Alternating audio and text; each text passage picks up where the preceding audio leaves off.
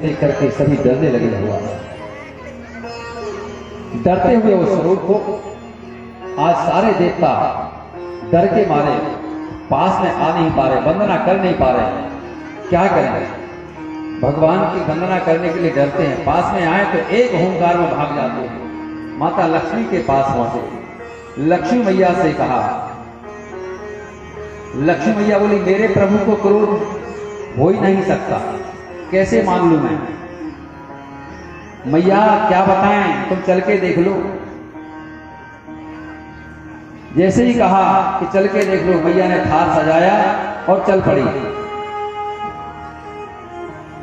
और आकर के मैया ने जैसे ही भगवान की पूजन करने के लिए आगे अपना पग बढ़ाया और एक होंकार मारी सिंह हरी जैसे भगवान ने, तो मैया फेंक ठाल और मैया भी भाग गई। लक्ष्मी मैया चली गई। अब क्या करेंगे?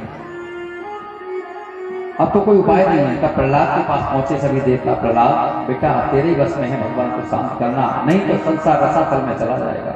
प्रहलाद के पास पहुंचे, प्रहलाद को भेजा। प्रहलाद भगवान के पास गया। प्रहलाद ने भगवान के हाथ जोड़े और हाथ जोड़ करके पास में पहुंच गया। स्वपाद मूले पतितं तमर्भकं विलोक्य देवा कृपया परिप्लुतः। भगवान के पास जाकर के भगवान ने उस बालक को भय रहित अपने चरणों के पास पड़ा हुआ देखा। भगवान ने दया से पूर्ण उस भाव से उस बालक को उठाकर अपनी गोदी में बैठा दिया।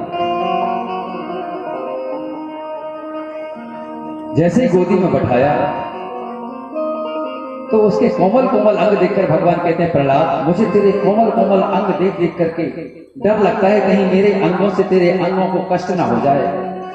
और उस दुष्ट हिरण्यकश्यपु ने कितनी तुझे पीड़ा पहुंचाई और तू आज तक मेरे ऊपर भरोसा किए बैठा रहा। बेटा, धन्य है तेरी भक्ति के लिए।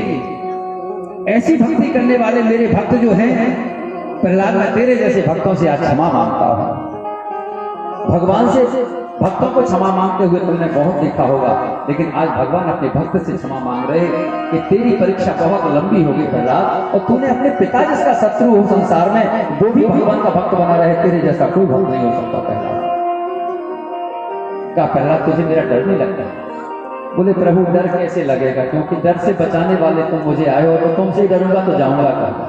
दूसरी बात, जब भेड़ों का झुंड जंगल में रहता है और उस भेड़ों के झुंड में जंगल में कोई सिंह आता है और सिंह जब दहाड़ मारता है तो सारे भेड़ों का झुंड भाग जाता है प्राण बचा के, और उसी सिंह का जो बच्चा होता है वो सिंह की दहाड़ सुनकर उछलकर उसकी पीठ पर चढ़ जाता है और वो भी अपने पिता के साथ दहाड़ मारना सीखता है। तो मैं तो आपका ही हूं, इसलिए आपके इस स्वरूप से मुझे क्या डर होना, आप मेरे बचाने वाले हो।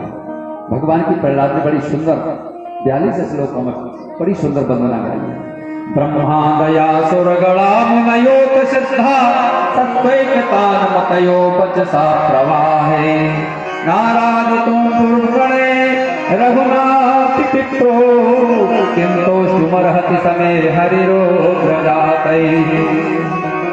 ऐसे भगवान की वंदना बड़े भाव से गाई और प्रहलाद पर भगवान अनुग्रह करके कहते हैं, प्रहलाद तू मुझसे मांग ले, क्या मांगता है?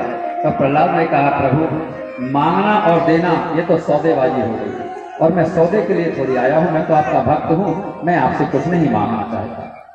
भगवान ने कहा, तुझे मेरी अचल भक्ति प्राप्त होगी प्रहलाद, मेरे परम पद को प्राप्त करेगा तू। तेरे जैसा भक्त शिरोमणि तेरे वंश के लिए सदैव और तेरा नाम चलता रहेगा। राक्षस वंश में भी तू मेरा भक्त कहलाएगा।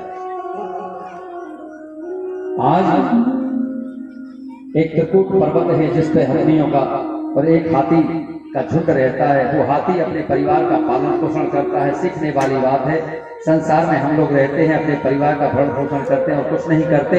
वो हाथी भी अपने परिवार का भरण पोषण करता था।